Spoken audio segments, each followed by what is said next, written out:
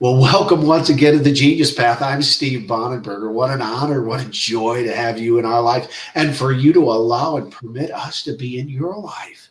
It's so fun to see so many of you go into thegeniuspath.com, and to register. And you remember now, those of you that haven't done it, that as you go and as you register, there's an 8-day genius challenge that we put together. We're going to be amplifying that to probably a 30-day genius challenge over the next couple of months. So look for that. But I want today to be about this great man, Randy Mortensen, that God has allowed to kind of, migrate into my life and be a little bit into his. This is a man that cares deeply about human beings. This is a man that has lived a full life. This is a man who, at this, stage of his life, he's not quitting. He's not giving up. He's saying to himself, where's the next horizon? And he and I are working on a project that we'll just give you a foretaste of to let you know that over the next couple of months, we're going to be introducing it. And we plan on, God's, Holy Ghost blessing falling down upon that, don't we, Randy? But I want to get him in on the conversation. I just want to say, Randy, as you start to talk, sir, that, life is so fun for me when I get to meet people that have this same thing inside of them that I've got. And you have that, and I just want to welcome you, honor you, and say thank you for letting us have a chance to be able to get acquainted with you and for you to be able to talk to our audience and our people that care about us, sir.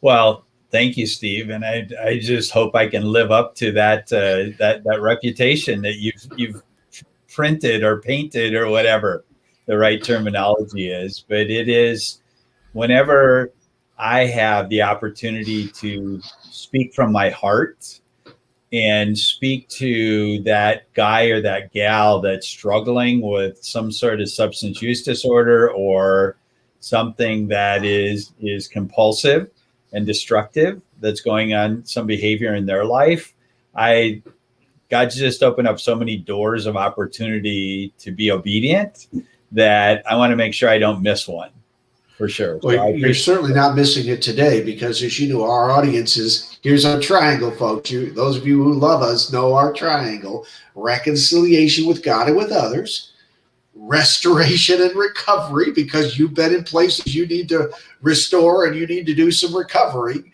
and then reinvention, because you need to reinvent your life or you're on a pathway. Now, Randy, what I like most about you, let me say that, okay? I always like to tell people what I like.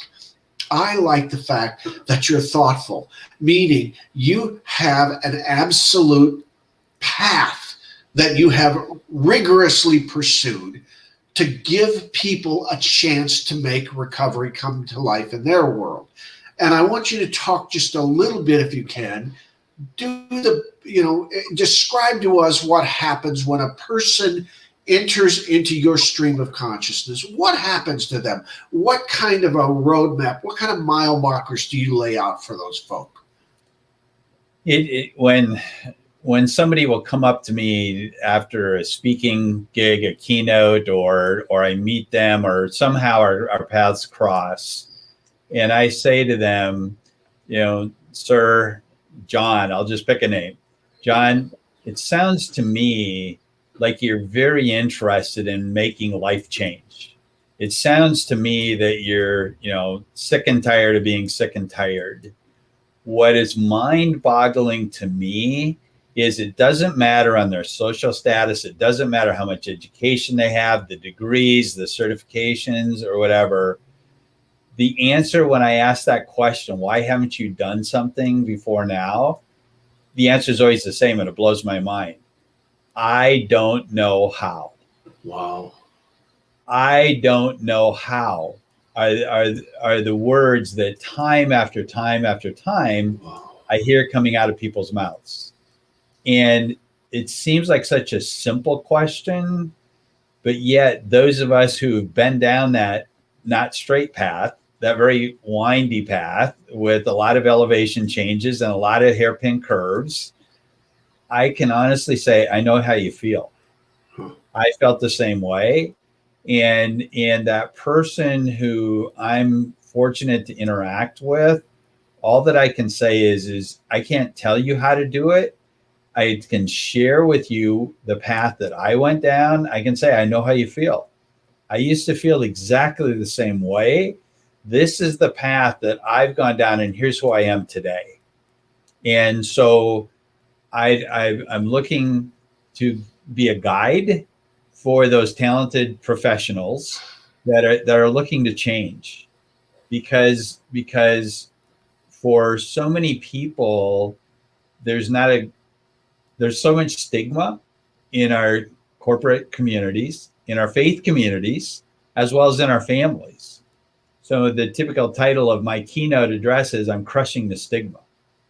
And I'm crushing the stigma with the hope and prayer that I can help restore somebody's life, that I can Well, you know help. what's interesting about what you're saying, Randy, what I was thinking about is, people not knowing know how. I love that. I don't know if I've ever heard that before, except from you.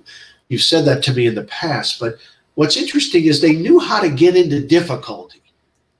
You know, they didn't have any trouble. And those of you that are listening, there's no judgment. You know my story. I mean, I've fallen for grace twice, big time. Okay, there's no perfection here. There's no charade or no veil here, Randy. I've been very transparent with my audience, and that's because this is just who God is. That's what's happened in my own life. But Right. what's interesting is trouble will find folk, and let's spend a minute by just talking about the issue. I think that is what is my calling, and I think you and I've had this discussion of this culture of inebriation. Now, what I love about you is you're immersed in this culture. Meaning you too care about folk that have stumbled and fallen off of the path of the straight and narrow, whatever you want to call it. Let's talk about some of the work you do. I want to hear how you get folk to the how. Person comes to you, they've got this stigma. You let them know that these are things that you're about. This is the things you care about. I want you to give us some ideas about what do you do to walk them out of those places of real, despair and insensibility, family conflict. Oh, give us some ideas, Randy. What do you do? How do you work? What happens in your world when they interact with you? Well, I think what might add a little bit of value to Steve is if I just share a bit about the path that I was on. I would love if you would do that, sir. Yeah. The brokenness, the pain, the anger, the destruction, whatever other adjectives that we would choose to use. And if I go back a long time, I've been blessed to be sober now 30 plus years. And but if I go back, I had my first beer when I was 13. Wow. And I was playing pool at a friend's house and somehow discovered that beer in his parents' bar refrigerator, snuck it. I don't to this day remember whether I liked the taste or not, but it was the exhilaration of not being caught that really set me off into this path of destruction. But it was a path of, wow, it's the exhilaration of not being caught. That was part of it.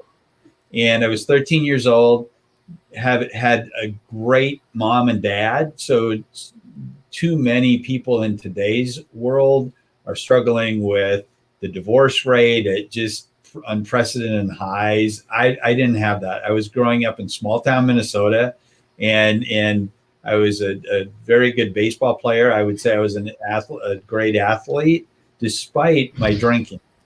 Went on to college, and actually was fortunate to play baseball in college. So if you ask my mother, I was a superstar baseball player. And then my dad was a successful business person, wanted me to go into the banking industry. 6 months into my banking career, then my 45-year-old dad, who had two heart attacks, actually died of a massive stroke after open heart surgery. And how old were you when your dad passed? I was 22. My goodness, Randy. I was 22. So So I was just 6 months into my banking career. The reason my successful businessman dad wanted me to go into the banking industry is we were going to buy a bank. Back in that era in rural America, you could buy a bank. So that party life of mine, and I say this somewhat embarrassingly, but the reason I went to college, I often say, is to drink beer, chase women, and play baseball. Okay, that's why I went to college.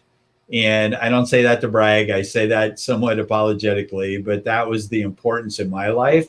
So now my dad dying, I'm the oldest of three. My dad dying, that just set me off on a new pathway of despair, because the most important man in my life, even though I was a church attender, I didn't know what I didn't know, is my testimony.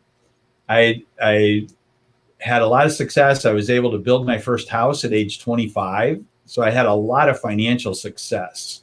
Went into the financial services world, I was making the equivalent in my mid 20s of today would be $600,000-700,000 a year in my mid 20s. So on the outside, I was fine. Okay. You looked at me, I was a successful young business guy. On the inside, I was a mess because of the drinking, the lying, the cheating, the unfaithfulness. I married my high school sweetheart. I messed up that because of my poor choices. I was then married a second time and had a 5-year-old son that we were on the river. And all of a sudden, my 5-year-old son just doubled over in excruciating pain. And we rushed him to the hospital. That day, an emergency room physician, did the math wrong when he was trying to get his electrolytes into balance. And he pushed 20 milliequivalents of potassium instead of 2. And that day, that physician who had worked 36 hours straight, and even though we could never prove it, but he was high on crack cocaine, he overdosed and killed my 5-year-old son. My goodness. And so even though my life was a success, I was now married the second time. 95% of parents who lose children end up divorced. Sadly, by the time I was in my mid to late 30s, I had already been married and divorced twice. So I then ran to Las Vegas, is what I say. I had a brother that was living there. I didn't care. I owned a couple of businesses in the Midwest, but I was angry at God, even though I didn't know God. I sat in church every Sunday of my life, but I didn't know God. I just knew religion. Okay. And so finally in September of 1990, I was now married for my third time. I'd been married 9 months, not quite 9 months. And I was on an airplane back from the Midwest at 30,000 feet between Phoenix and Las Vegas. And I always sat in the front row because they were serving free liquor at that time. And the flight attendant gave me 2 bottles of scotch. It was on my tray table. And I thought, oh my gosh, I have to get this work done before I get home to Las Vegas. Opened up my briefcase and I had 3 bottles of scotch in my briefcase. And then and there I said, enough.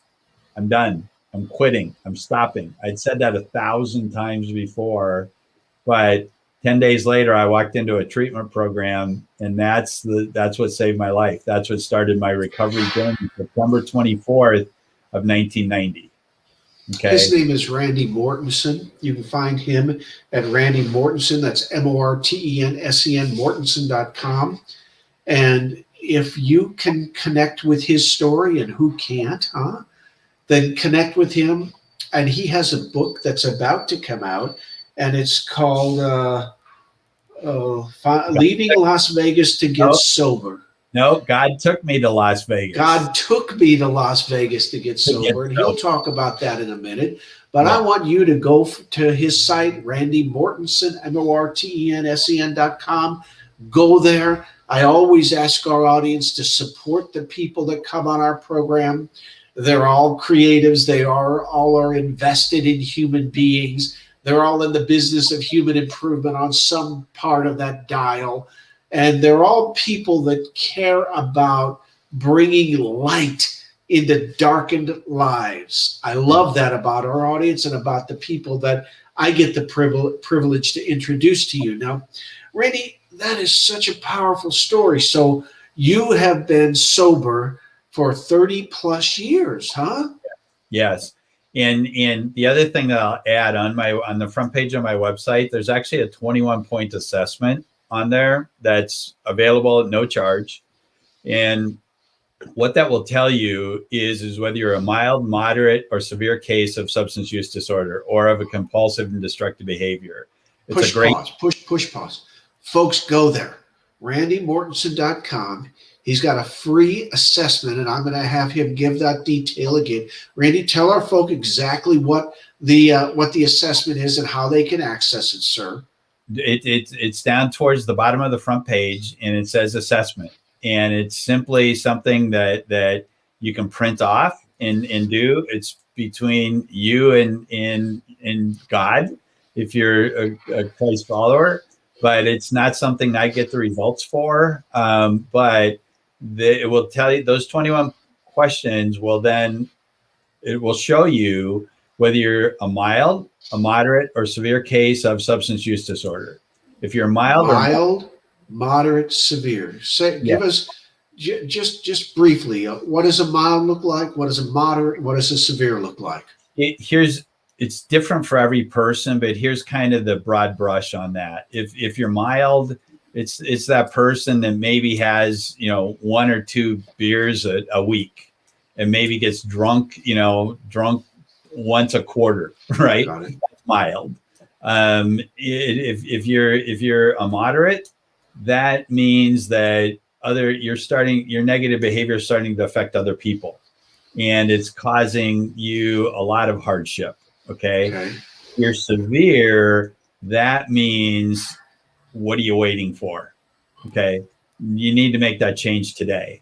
So the reason why I have that there is number one, as a public service. Number two, on a monthly basis, I start what I call the lifestyle champion cohort. There's a lifestyle champion within each of us. If you're mild or moderate, you're a good candidate for my cohort. If you're severe, talk to Steve or talk to me or talk to somebody that you trust, so we can get you connected with a program that will help you.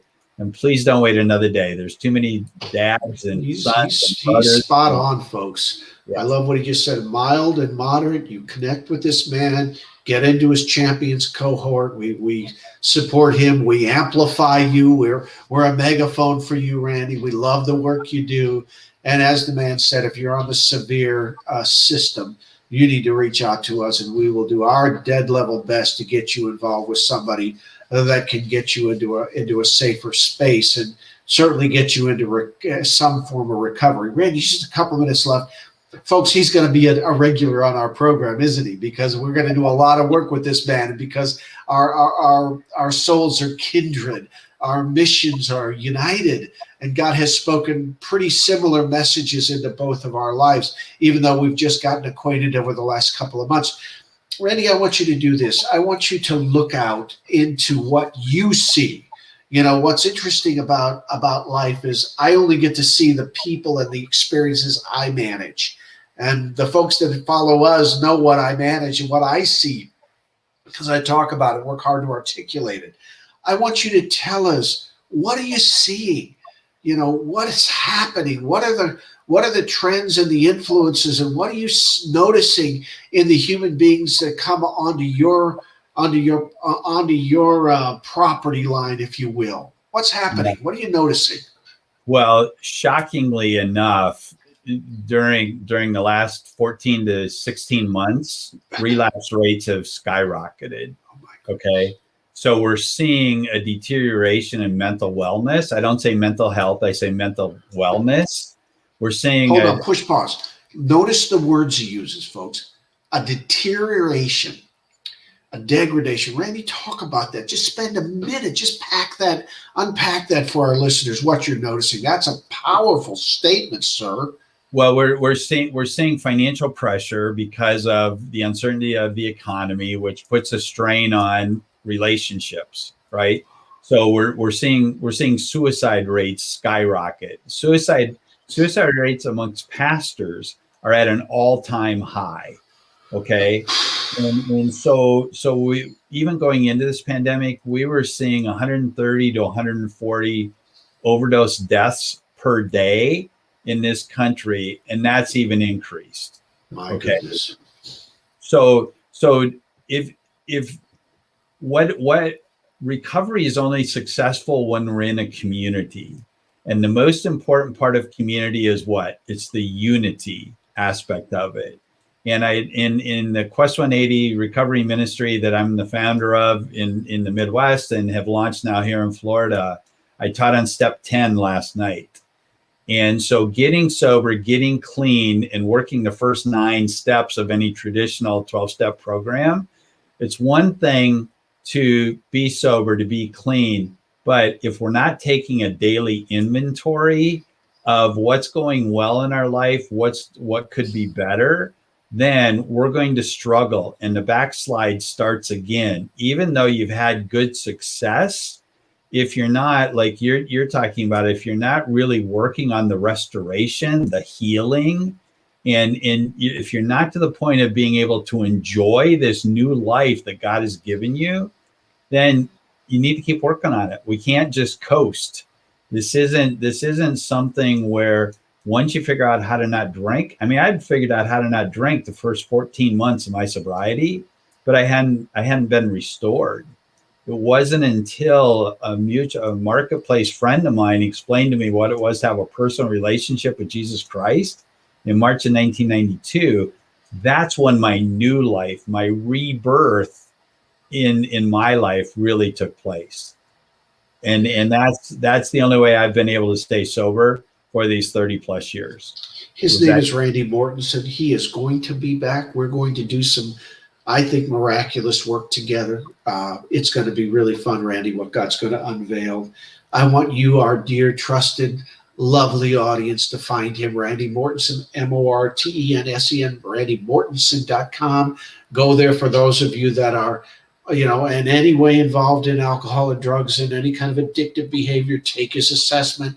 For those of you that are in the moderate to mild categories, do what he suggests, work with him, enjoy the work of the Champions Group and the cohort system he's created. For those of you that are severe and are tumbling, you need to seek help. All I have to say, Randy, is God bless you, sir. I'm so glad we're connected. I just love your spirit. In the last moment, what is the one message that you want to throw as a dart into the lives and into the minds and into the thought patterns of the people that are paying attention right now? God put a lifestyle champion within each of us.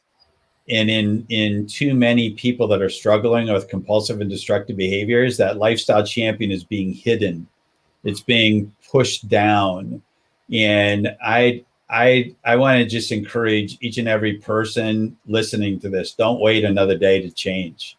Don't wait another day to make that lifestyle champion decision, to have that champion that God put within you revealed. Don't wait another day. Do it today. His name is Randy Mortensen, Mortensen.com. Go there, connect with this great man.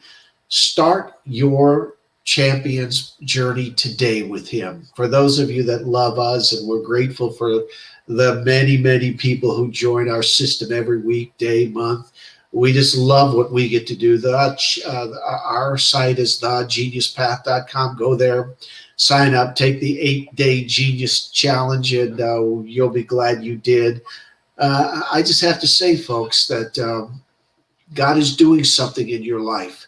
The fact that you have been here and heard this man speak so cleanly, so clearly, so eloquently about the matter of recovery, that is important. You need to pay attention to it. For those of you that are struggling severely, we encourage you to find help today. Reach out to one, if not both of us. Till next time, I'm Steve Bonenberger, and this is the Genius Path. Travel far.